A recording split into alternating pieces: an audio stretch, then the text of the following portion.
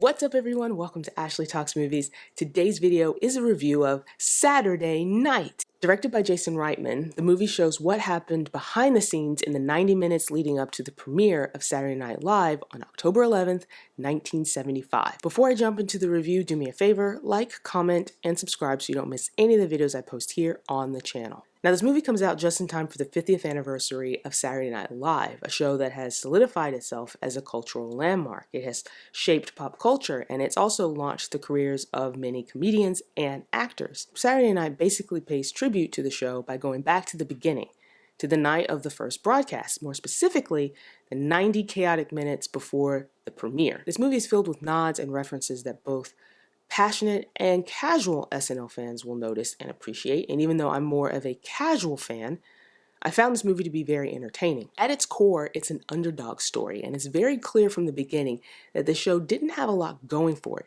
It didn't have the full support of the network executives, it didn't have a famous cast, most of these people were unknowns, and it didn't have the best time slot. So even though you know how the story is going to end, you're still rooting for them to succeed. One of the things that really helped hook me into the movie was the pacing.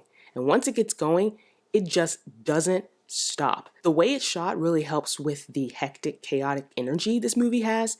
So you're basically following SNL creator Lorne Michaels, played by Gabriel LaBell, as he deals with one problem after another. So there's a lot of tracking shots of characters walking into and out of rooms and hallways and sets, always talking over each other or arguing with each other, and the dialogue is delivered very rapidly, again, helping to create that chaotic, hectic pace. And the movie is also structured as though things are playing out in real time, with a timestamp appearing every so often to let you know how much time is left before the clock strikes 11:30.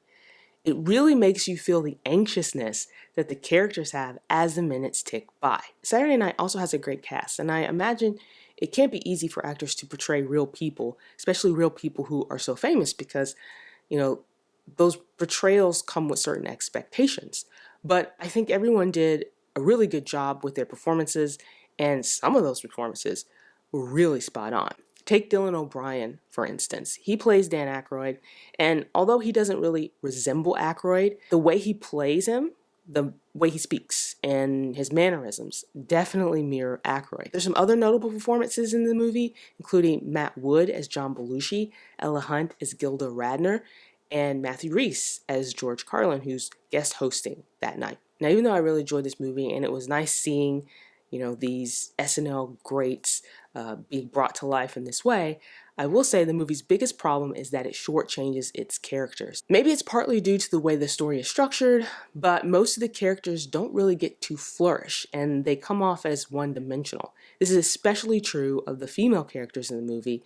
They appear in scenes here and there and are given a few lines, but they're mostly just kept in the shadows. So while Saturday Night does a great job of capturing the nostalgia of SNL, it doesn't really do a good job of highlighting the early players. Even so, I really did enjoy this movie, and I thought it was a really fun time. So those are my thoughts on Saturday Night. Share your thoughts in the comments. Make sure you subscribe and stick around for more content like this.